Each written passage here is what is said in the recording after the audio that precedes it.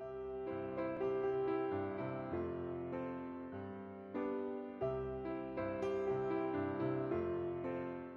this part of the lecture, we talk with individuals well informed about the current debate over the Common Core. I begin with Mike Petrilli, the president of the Thomas B. Fordham Institute.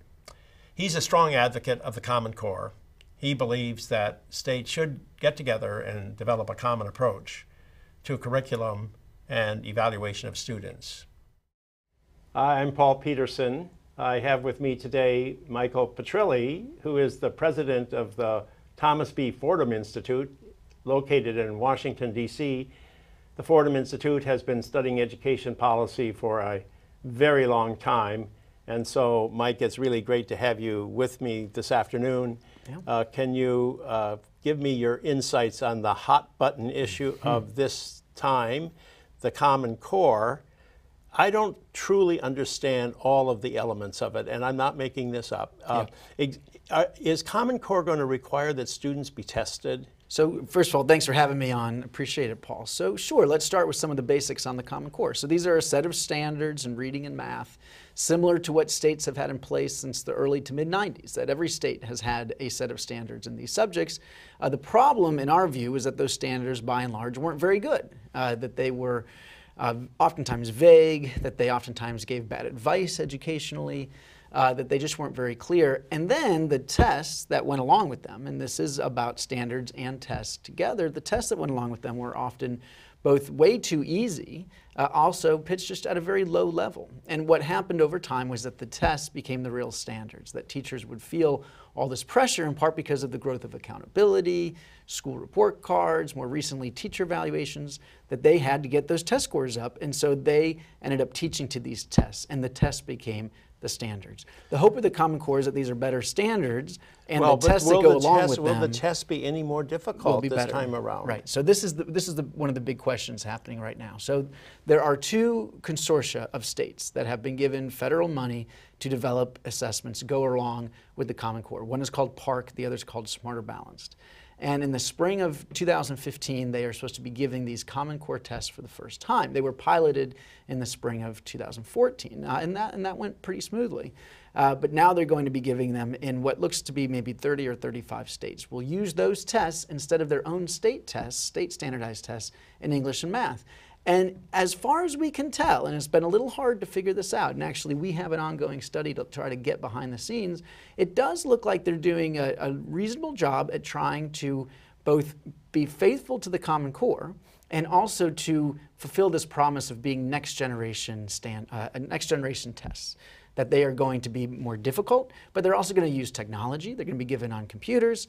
And the idea is that they are going to be pitched at a much higher level, a lot more writing, a lot more critical thinking. That basically, if teachers end up teaching to these tests also, we won't feel as bad about it because the only way you'll be able to do that is to teach well.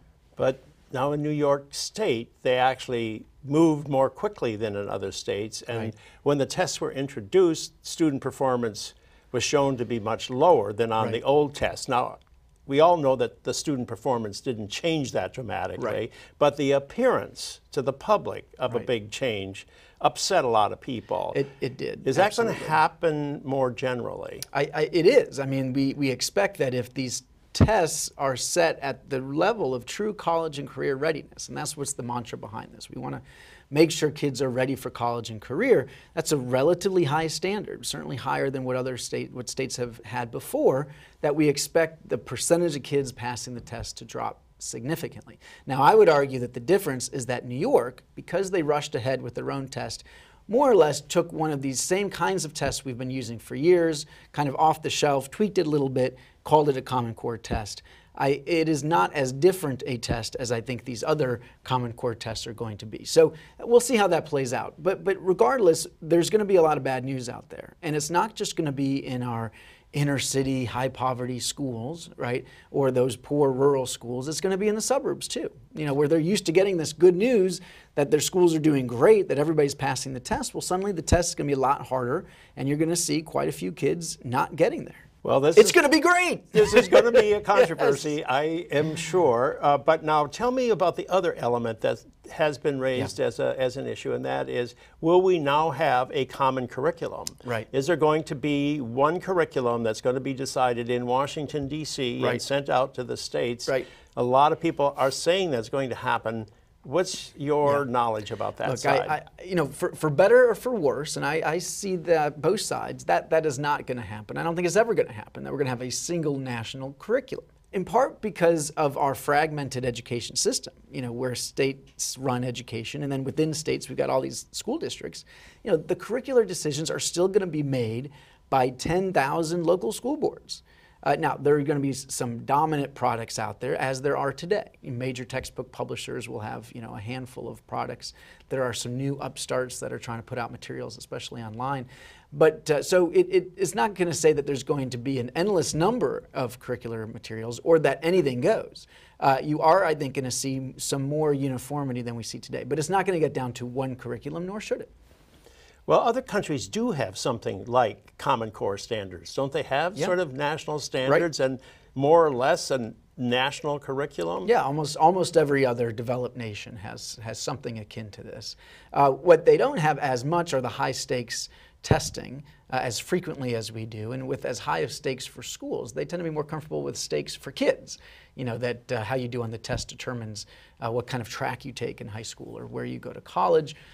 We seem to be more comfortable with stakes for schools, although we haven't actually followed through very often with those. In other words, you can't point to all that many schools that have been closed because of low test scores, or all that many teachers that have been fired because of low test scores. But we talk a good game on accountability for the adults in the system. Well, one group that's very excited about the Common Core standards are the new technology people. They see this as creating a national market for their products. Right. They can now start creating courses like this MOOC that can be made available to students across the country and bring down the cost of education thereby. Is this fantasy?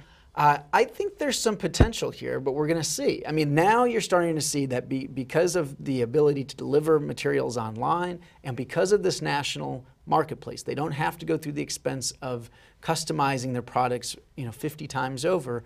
You hear people talking about being able to challenge them. I'm still, we'll see. I mean, the textbook publishers still have salesmen on the ground in real places. I think that is something that's going to continue to be a challenge to disrupt. So all of the controversy, I've been talking with people on various radio programs in recent weeks, and this question comes up time and time again. You're still optimistic Common Core standards is going to be moving forward in the years to come. Look, you know, this is something that is evolving over time, but I will say that you know, so far, for all of the controversy, and we know it has been a lot, and all the politicization of this issue, not many states have pulled out. You know, in the spring of 2014, Indiana pulled out. And then a few weeks later, they came out with their new standards, and they were almost exactly the same as the Common Core, which the Common Core critics noticed. So we see a lot of heat around this subject, and it's very controversial, but we don't actually see that many states deciding to go back to their old standards. Now, as a supporter of the Common Core, I think that's a good thing. I don't know that that's going to continue forever. I think this is going to be a political issue forever and is going to be at least on a slow burner. And there's surely going to be some other states where they end up deciding not to go ahead with the standards or with the testing. But I do believe that you know, for the next several years, the vast majority of students in this country are going to be learning against these Common Core standards and taking Common Core tests. And I think that is going to help us improve our student achievement. Well, thank you very much, Mike. It's been great chatting with you. Great. Thank you, Paul. Williamson Evers, a research fellow at the Hoover Institution at Stanford University, is one of the most active opponents of the Common Core initiative. Let's listen as he explains his position on the issue.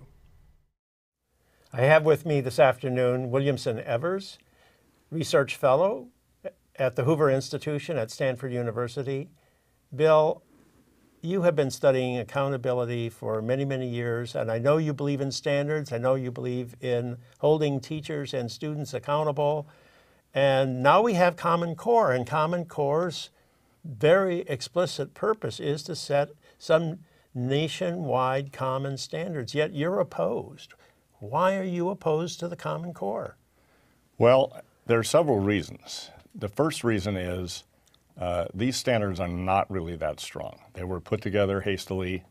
They're mediocre in many ways. There are many important things that are missing. What's missing? There's no mechanism actually for changing anything. So if they get long and short vowels wrong in the primary grades for teaching reading, it's frozen. It's all stuck. There's no mechanism even for revision. So there's the mediocre nature of this. There's the experimental nature. So say, for example, similar and congruent triangles. The normal way is the postulates side angle, side angle, side angle that we all learned in school. But there are other ways, as in much of mathematics, there's a variety of ways to teach things. So they have a method called rigid motion that it's at, say, Stanford, at a research university, a math major would learn in their junior year. It's never been successfully used in K-12 education. Well, that sounds like it's too hard, not too easy. Well, the standards are in some ways either wrong-headed or easy compared to the international world. Okay, so for example, Algebra 1 or the equivalent would be taught in an East Asian tiger in 8th grade. America, under the Common Core, is a year behind. Algebra 1 is in 9th grade. So it's not internationally benchmarked. It's not competitive with the world that's out there that we live in which technology courses and inventions and Well, projects. can all kids learn at the same pace? I don't really think so, but I also think different states are differently situated. It's a crime to me to retard Massachusetts, which is the highest performing state and has the best standards, bring them down, but possibly take Mississippi or Louisiana, instead of having them climb over time higher standards and have pace setters and other states. So we've had a history of, say, North Carolina and Mississippi used to be at the same level, say in the 50s or early 60s. North Carolina surged ahead. Then we saw other states. Florida, so you think each state will have Texas, to go at its own pace? I think yes, and that we can take advantage of the competitive federalism that's built in our Madisonian American system. We can have this kind of federalism. You yourself as a scholar have written about the role of federalism, and they can have a kind of tie boot competition, and they can go as these pacemakers, and Massachusetts eventually became a leading pacemaker. The different states will climb the ladder to getting better instead of one size fits all down from the top, no room for innovation. We don't know what order to teach certain things in or how best to put together curriculum. And this is just freezing this in place. So how do the standards actually work in practice? Do they set the standards, then they set the curriculum, then they set the tests? Has any state actually gone through all those steps at this point? Well, yes, and yes, they have. Some of them have. So the standards were set back in 2010, and the states had essentially 2 months to review them and approve them. Some states approved them the same day they were issued. Some approved them months before they were even published. So this was sort of a strange cult-like behavior that we were witnessing here, not necessarily deliberation and judicious examination. But anyway, so they got on this bandwagon.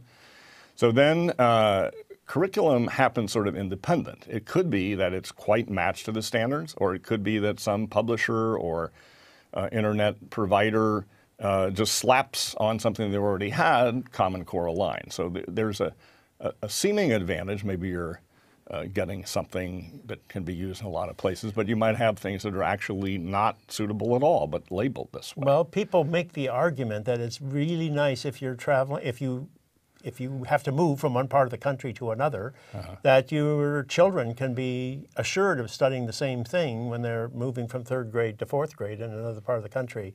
Isn't that one of the benefits of a common set of standards? That is an argument that people make, but we know from Census Department data that fewer than 2% of the population, the families with school children, just this part of the population, the families with school-aged children, fewer than 2% move across state lines.